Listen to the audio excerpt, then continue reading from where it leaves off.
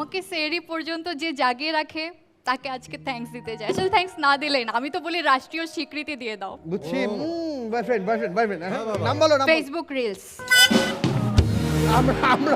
আমরাও দেখতে দেখতে জেগে থাকি। আগে আমার রিলস। বাসায় মেহমান আসলে যখন আমাকে সালামি দিতে যায় তখন আরে না না আন্টি লাগবে না, এটা বলে যে অ্যাক্টিংটা করতে হয়। দুনিয়ার সব নাটক একদিকে, আর এই নাটক অস্কার পাওয়ার দাবি রাখে। আর এই চক্করে আমি একদিন মানি সাইকেলের ব্যাপারে জানতে পারছি। আমার খালামণির যে মেয়ে, খালাতো বোন আমার, তাকে আমার মা 1000 টাকা দিছে। খালা ওই টাকা নিয়ে আমাকে দিছে, আমার মা আবার আমার টাকা নিয়ে নিজে রেখা দিছে।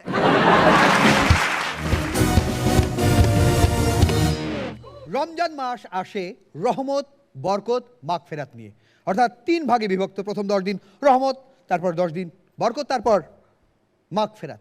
কিন্তু আমাদের ব্যবসায়ীরা এই রমজান মাসকে ভাগ করেছে 3 ভাগে।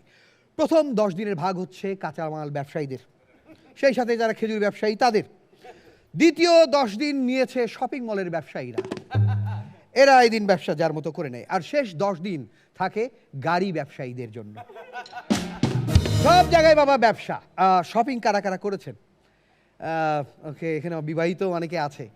একটা গবেষণা বলছে যে শপিং করতে যাওয়ার সময় হাজব্যান্ড ওয়াইফের কখনো ঝগড়া মনমালিন্য হয় না। ঝগড়া মনমালিন্য শুরু হয় শপিং করে ফেরবার সময়।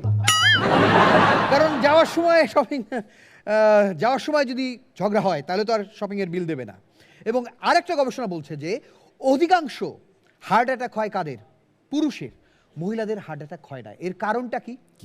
কারণটা খুঁজে বের করে গেছে যে শপিং করা কখনো হার্ট অ্যাটাকের কারণ নয়, কারণটা হচ্ছে বিল দেওয়া। তবে আমি নিজের পার্সোনাল একটা কথা বলতে চাই, বলবো? না, আমি আমার বউকে খুব ভালোবাসি। নিজের জন্য নিয়েছি মাত্র 500 টাকার একটা ঘড়ি, আর ওকে দিয়েছি 50,000 টাকার দামের 2টি সোনার চুড়ি।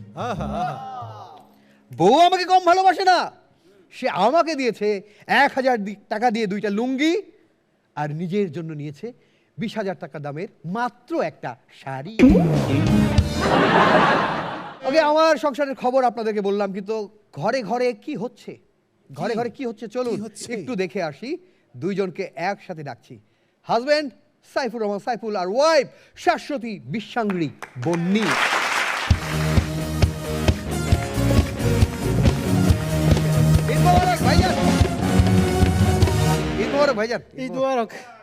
আমি নতুন বিয়ে করছি, বউ আমার দিকে খারাপ নজরে তাকায়।